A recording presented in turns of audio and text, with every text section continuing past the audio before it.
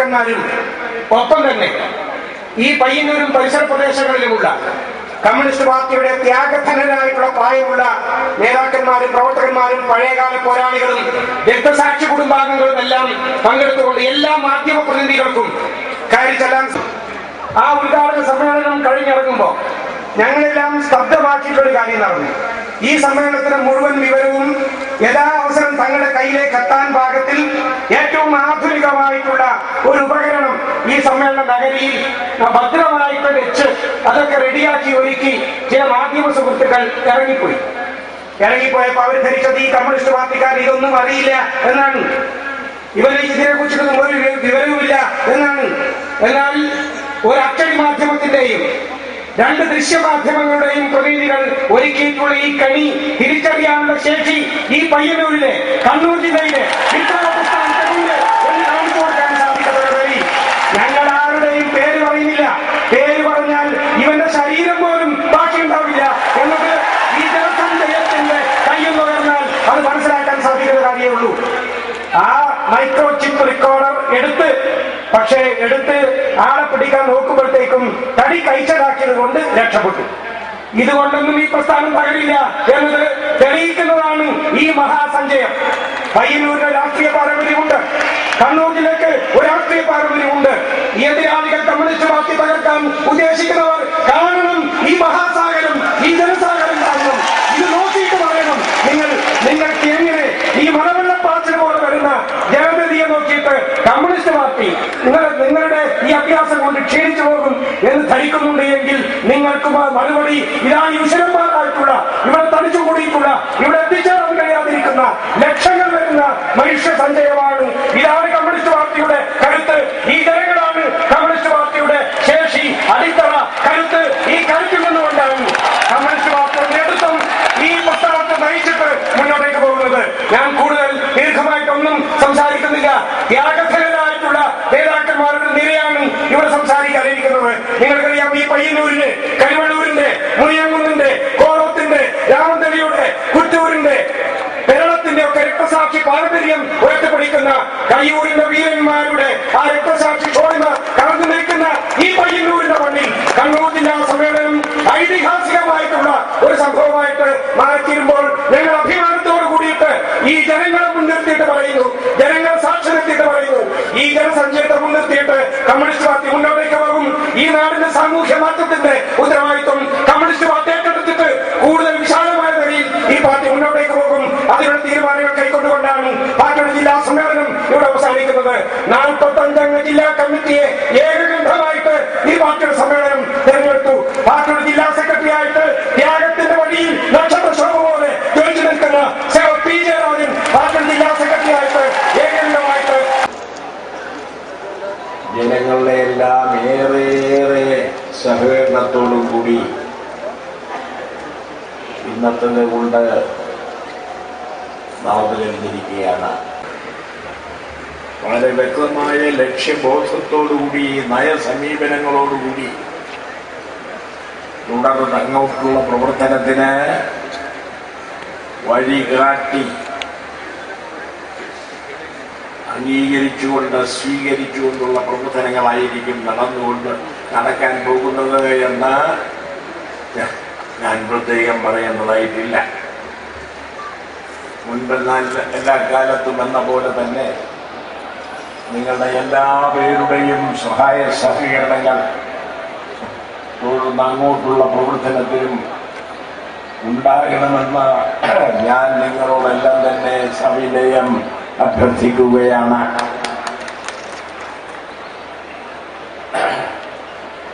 നമ്മുടെ ലോകത്തെമ്പാടുമുള്ള സ്ഥിതിഗതികളെ സംബന്ധിച്ച് നാം ഇന്ന് പ്രധാനമായും നോക്കിക്കാണുന്നത് ലോക മുതലാളിത്ത സാമ്രാജ്യത്വ ശക്തികളുടെ ഇന്നത്തെ സ്ഥിതി എന്ത് എന്നാണ്. 1930കളിൽ ഏറ്റവുമേറെ സാമ്പത്തിക മാന്ദ്യം ബാധിച്ച ഒരു കാലമായിരുന്നു അത്. 80 കൊല്ലം പിന്നിട്ടിട്ടും മുതലാളിത്തത്തിന് സാമ്പത്തിക മാന്ദ്യത്തിൽ നിന്ന് രക്ഷ നേടാൻ കഴിഞ്ഞിട്ടില്ല. ഇത്തവണത്തെ സാമ്പത്തിക മാന്ദ്യമാകട്ടെ അത്യഗാധമായ മാന്ദ്യമാണ് താനും. അതിന്റെ ഏറ്റവും വ്യക്തമായ തെളിവാണ് ഒരു കാലത്തും നാം കേട്ടിട്ടില്ലാത്ത വിധത്തിൽ അമേരിക്കയിലെ വാൾ സ്ട്രീറ്റ് എന്ന് പറയുന്ന തലസ്ഥാനം തൊഴിലാളികളും സാധാരണക്കാരും തെരുവിലിറങ്ങി ഇതിനു മുമ്പൊന്നും നടത്തിയിട്ടില്ലാത്ത വിധത്തിൽ പ്രക്ഷുബ്ധമായ അന്തരീക്ഷം സൃഷ്ടിച്ചുകൊണ്ട് മുതലാളിത്ത സാമ്രാജ്യത്വ ശക്തികളെ നിങ്ങളെല്ലാം വെറും 1% മാത്രമാണ്. ഞങ്ങൾ ഈ തെരുവിൽ കാണുന്നവർ 99% നിങ്ങളുടെ ചൂഷണ സമ്പ്രദായം, മർദ്ദന സമ്പ്രദായം അവസാനിക്കുവാനുള്ള നാളുകൾ എണ്ണപ്പെട്ട് കഴിഞ്ഞിരിക്കുന്നു എന്നാണ് അമേരിക്കൻ പ്രസിഡന്റ് ഒബാമ എന്ന മാന്യരടക്കമുള്ള മാന്യന്മാരെ അഭിസംബോധന ചെയ്തുകൊണ്ട് അമേരിക്കയുടെ പട്ടണങ്ങളിലാകെ അവർ താക്കീതുകൾ നൽകിക്കൊണ്ടിരിക്കുന്നതാണ്. നിങ്ങൾക്കറിയാമല്ലോ, രണ്ടാമത്തെ സാമ്രാജ്യത്വമായിരുന്നു ബ്രിട്ടൻ.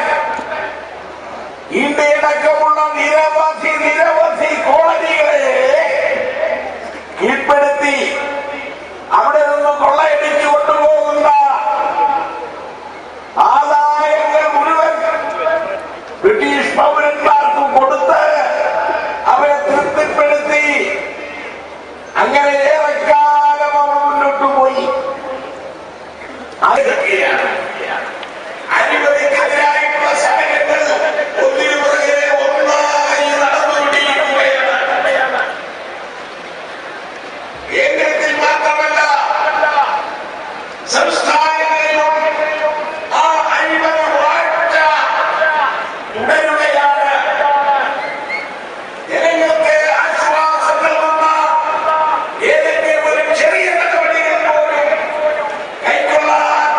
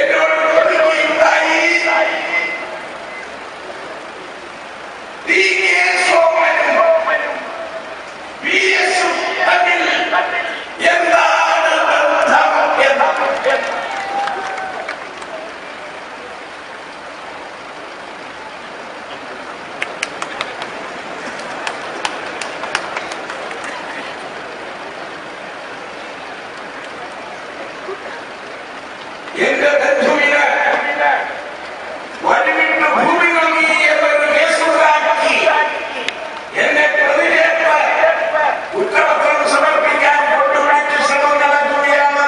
ഇപ്പോൾ ശോഭനന്റെ ബന്ധുവാണോ എന്ന് വ്യക്തമാക്കണമെന്ന് കഴിഞ്ഞ ദിവസം ഉമ്മൻചാണ്ടി ആവശ്യപ്പെടുകയുണ്ടായി. മിസ്റ്റർ ശോഭൻ എന്റെ ബന്ധുവാണ്. അറിയാം, ഉമ്മൻചാണ്ടി അറിയാം.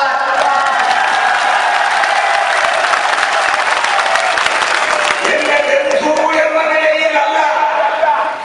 1977 കരുണാകരൻ സർക്കാർ അദ്ദേഹത്തിന്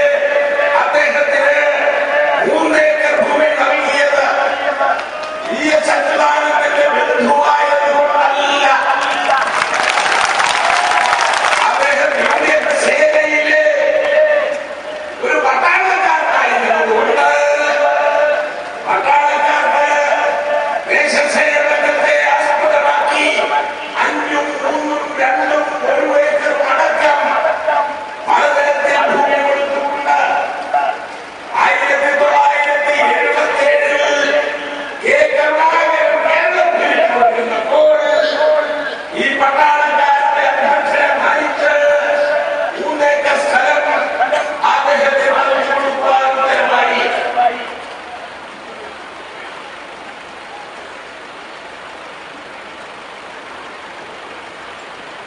നിലവിൽ